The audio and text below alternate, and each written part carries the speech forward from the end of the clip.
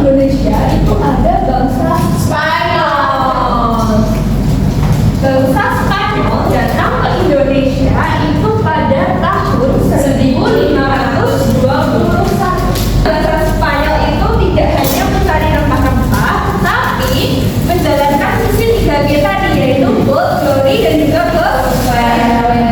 Nah, Spanyol ini penjajahannya berpusat pada Tidore, Maluku, dan juga Ternate. Tapi pada saat itu Tidore dan juga Ternate itu sedang mengalami konflik. Bangsa ketiga yang datang ke Indonesia adalah bangsa bangsa Belanda yang datang pada 1596. Bangsa Belanda melakukan pelayanan dan juga berhasil mendarat di Banten pada tahun 1596. Nah, awalnya juga sama, mereka ini mencari yang namanya rempah-rempah, tapi Belanda sempat kembali ke negara asalnya dan kembali lagi ke Indonesia dengan tujuan yang berbeda, yaitu mencari 3G tadi, yaitu gold, glory, dan juga prosperity.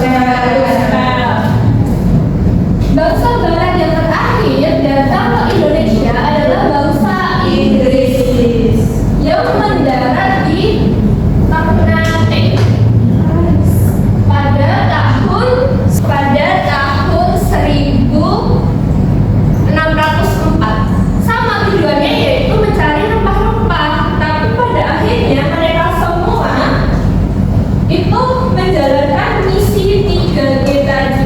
Portugis, Spanyol, dan juga Belanda ini, Portugis, Spanyol, Belanda, dan juga Inggris ini akhirnya penjajahannya sampai ke berbagai daerah di Indonesia.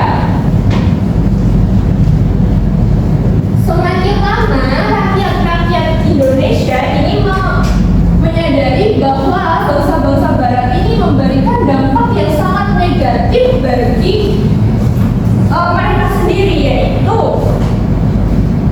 bisa dilihat yang pertama adalah penjajahan yang sangat panjang, kemudian eksploitasi sumber daya alam maupun manusia, kemudian mengalami penderitaan rakyat yang berturut-turut, dan juga sistem kerja paksa dan juga monopoli perdagangan.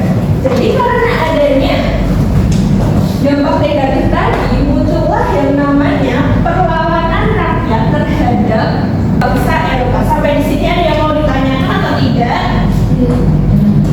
Tidak. Sampai sini semuanya paham? Paham. Rakyat Indonesia ini ada apa aja sih? Yang pertama ada perang Diponegoro yang dilakukan pada tahun 1525 sampai 1830 yang dipimpin oleh Pangeran Diponegoro dengan melawan campur tangan Belanda di Jawa, tepatnya di Jawa Tengah. Kemudian yang kedua ada perang Padri yang berlaku pada 1831 sampai 1832.